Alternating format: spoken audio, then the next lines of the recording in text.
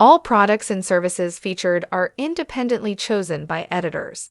However, soaps.com may receive a commission on orders placed through its retail links, and the retailer may receive certain auditable data for accounting purposes.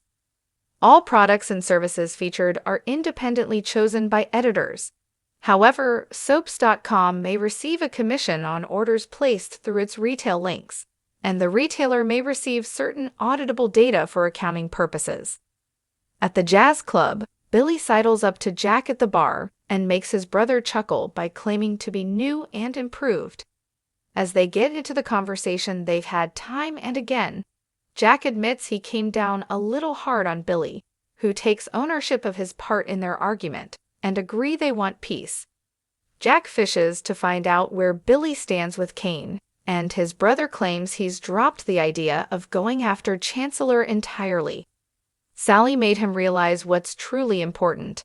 Talk turns to Jill, and Jack says he summoned her back so she could see what Kane was up to, but he also hoped she and Billy would reconnect. Billy's not optimistic, but he believes his mother wants to see him back on his feet.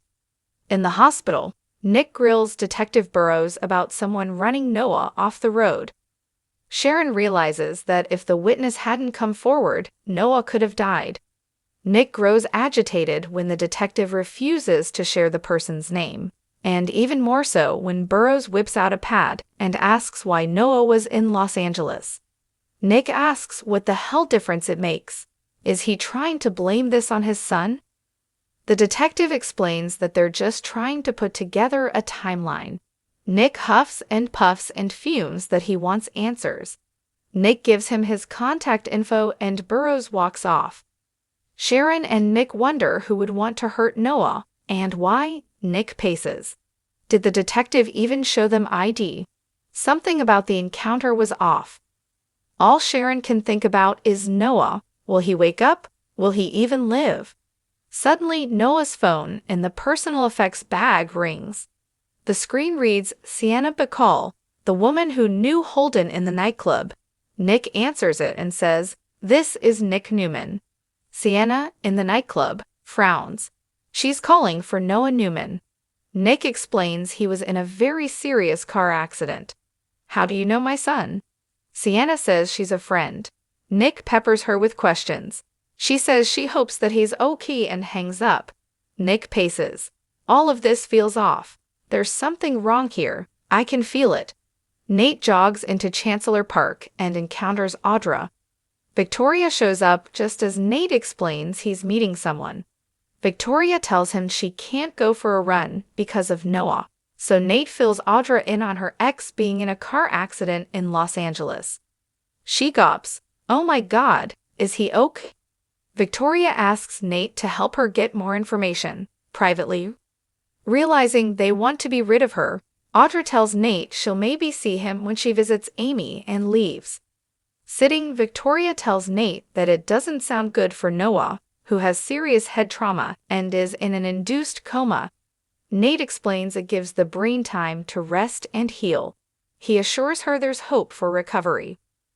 After they go over how similar this is to Cassie and Faith's accidents, Nate's sure this is making her think of Cole in the hospital too. Victoria fears her family is cursed. Sometimes the pain of the losses is overwhelming.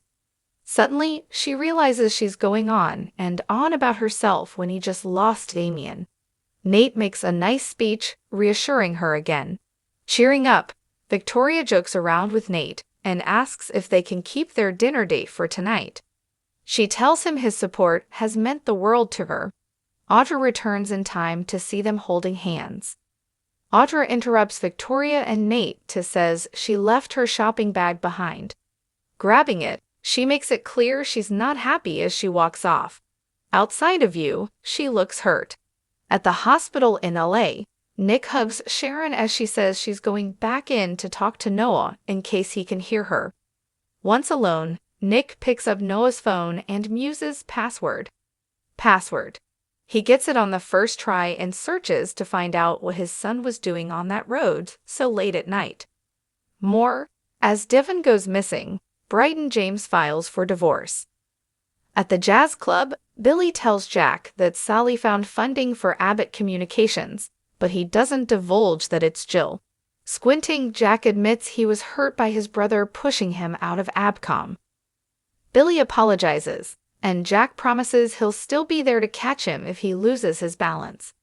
All I care about is you succeeding, and I happen to know Jill feels the same way.